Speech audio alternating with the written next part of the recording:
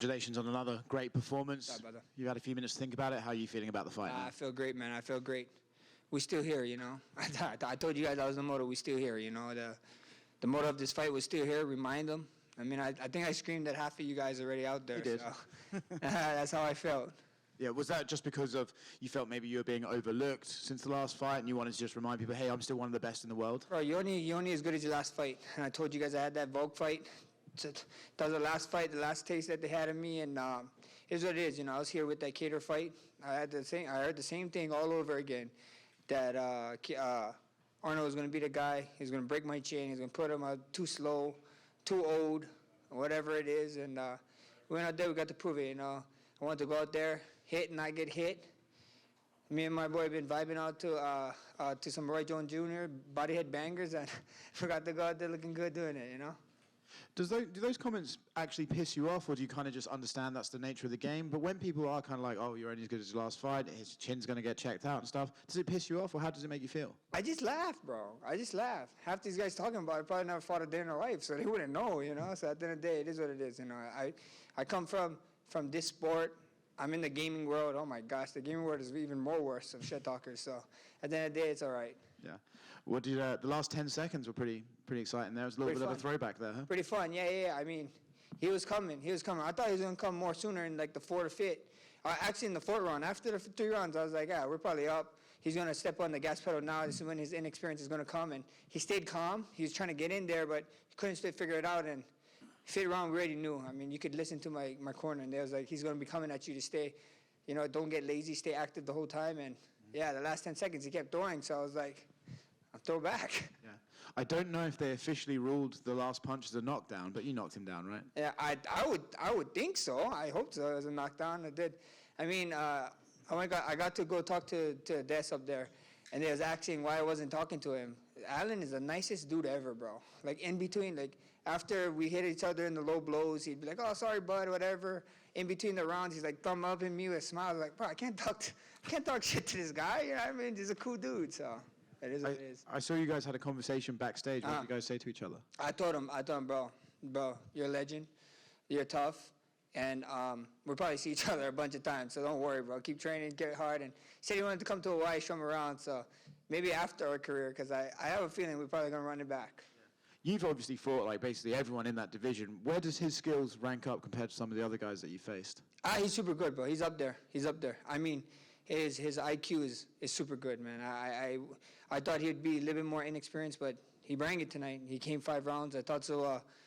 He's going to be way more desperate, but he was super smart. I mean, he got a great team behind him. You know, he got the great Frost in this corner, so the game planning was there, and I think he's up there for sure. Nice. And last one from me. I mean, it's kind of the hard question to answer, right? But what is next? You know, is it, hey, I'm going to sit there and I'm going to go after Volkanovski. I have to hope Yair wins. What's the next one for you? We see what happens. You know, may the best man win. I get to be a fan in that fight in July. But we see what happens, you know. Never say never. We saw, I mean, especially you. You saw the most craziest thing in the sports, brother, firsthand. So I'm sure it'd be all right. Max, was there anything out there from him that kind of surprised you? Like, was he a difficult guy to prepare for? I feel like we had seen him go the distance maybe with some of the lower, you know, middle-tier fighters, but then when he got to the top of the division, it was kind of quick fights. So I guess what did you think compared to your expectations when you were in there with him? He's just a smart guy, bro. He's just a smart guy. I think he did really good. And just an awesome guy. And he's a thick boy, dog. Oh, my gosh. He's pretty big. I was tripping out. He's like a bodybuilder. You know, like no legs, but just upper body like a tank, you know? Almost like a Vogue, so it was pretty crazy. I was like, bro, these guys are so weird with their body type like this. It's kind of confusing. Yeah. And I guess also, like, for you, just coming off of a little bit of a layup, how do you stay so, like, we were talking, like, you just seem so calm in there. Like, you know, I guess without fighting once every couple months, how do you kind of keep that mentality, just being there so much? Bro, we've been in, what is it? How many fights I have? Do you know how much fights I have in the UFC now? Like 24 now or 25, something like that, bro. It's just another day in the park, you know. Like before the walkout, me and my team were just talking regular stories of what's going on, you know, like what we're doing after, you know. So at the end of the day, it's just something that we just been here, we know what it is, and we're gonna get the job done. Yeah, and he landed a few good shots on you, but were there any that ever like rocked you or anything, or is it you seem to take them very well? No, it's more piss off, bro.